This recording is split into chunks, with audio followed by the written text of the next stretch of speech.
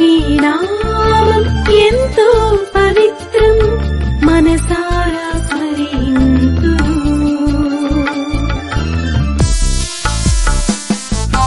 యెషువా మీ నామం ఎంతో మధురం మనసారా పూజింతును. ఇలలో పలు దేవతలు కలవిన్నో నామములు అన్నిటికన్నా ఉన్నత నామం మీ నామం. ప్రియమైన సహోదరీ సహోదరులకు అందరికీ షలోం.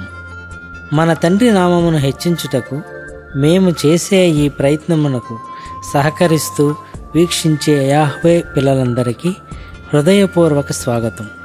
గత వారంలో మనం అపోస్తులుడైన పౌలు ద్వారా మన తండ్రి యొక్క ఘనమైన నామమును, కుమారుని యొక్క అద్వితీయ నామమును మనం గ్రహించాము. అయితే కొందరు సహోదరులు ఏ నామం అయితే ఏమిటి అని అడుగుతున్నారు.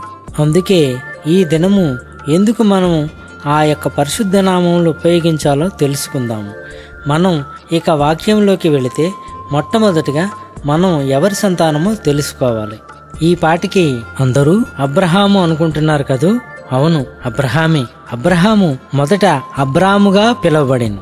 అయితే మన పరలోకపు తండ్రి అబ్రాము అను పేరును అబ్రహాముగా మార్చినట్లు ఆదికాండము 17వ అధ్యాయము 5వ వచనంలో చూస్తున్నాం.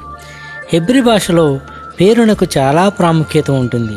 ఇప్పటికీ కూడా వారు అదే ఆచరిస్తున్నారు. ఎందుకంటే అబ్రాము అనగా గొప్ప తండ్రిగా చూస్తున్నాం. అయితే అబ్రహాము అనగా అనేక జనములకు తండ్రి అని అర్థం. అలాగే ఆదికాండము 17వ అధ్యాయము 15వ వచనంలో శారయికి కూడా శారా అని పరలోకపు తండ్రి పేరు మార్చినట్లు చూస్తున్నాము. శారా పేరునకు అర్థం జనములకు తల్లి అని. మనిషి యొక్క పేరును బట్టి ఆ యొక్క గుణము ఆ మనిషిలో ఉండాలి. అది తండ్రి యొక్క ఉద్దేశం.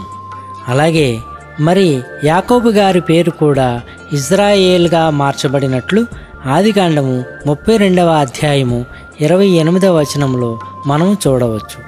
యాకోబు అనగా మోసగాడు అని అర్థం. అలాగే ఇజ్రాయేల్ అనగా ఎలోహింతోనూ మనుష్యులతోనూ పోరాడి గెలిచినవాడు అని అర్థం. ఇంతవరకు మనం గమనించినట్లయితే తండ్రి పిల్లలకు పేర్లు మార్చినట్లు చూస్తున్నాం. పేరు మార్చే అధికారము కేవలం మనలను పుట్టించిన పరలోకపు తండ్రికే చెల్లును. యావే నీ నామం ఎంతో పవిత్రం మనసారా స్మరింతును. మరి కొత్త నిబంధన కూడా మనం చూస్తే పేతురనబడిన సీమోను అని చెప్పారు.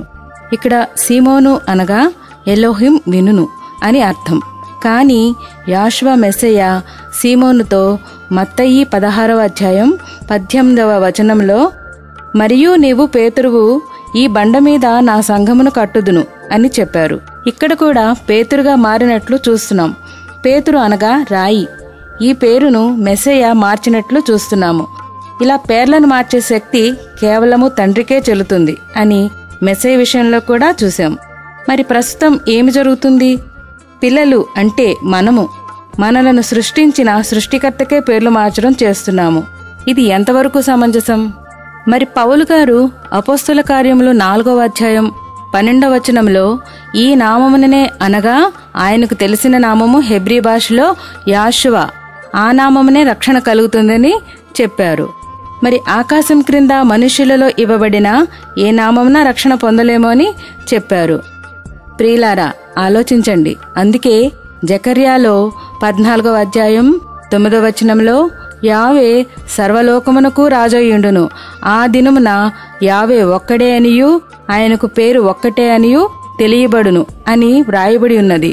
అందుకే ప్రియులారా, మనం పిల్లలం, ఆయన తండ్రి. ఆయన మనకు మార్చితే తప్పులేదు. ఆయన సృష్టికర్త. కానీ మనము ఆయన పేరు మార్చవచ్చా? ఆలోచించండి.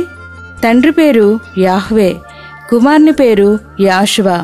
దయచేసి ఈ విషయంలో ఎవ్వరూ తప్పిపోకూడదనే ఉద్దేశంతో చేస్తున్న మా ప్రయత్నమును సహృదయంతో అర్థం చేసుకుని ఆత్మీయ జీవితంలో ఎదగాలని కోరుకుంటున్నాం. మరలా వచ్చే వారం మరిన్ని ఆత్మీయ సంగతులతో మీ ముందుకు వస్తాం. షలోం. దేశము వేరైనా, భాషలు ఏవైనా, మార్పులేని ఏకైక నామం. పరలోకమందు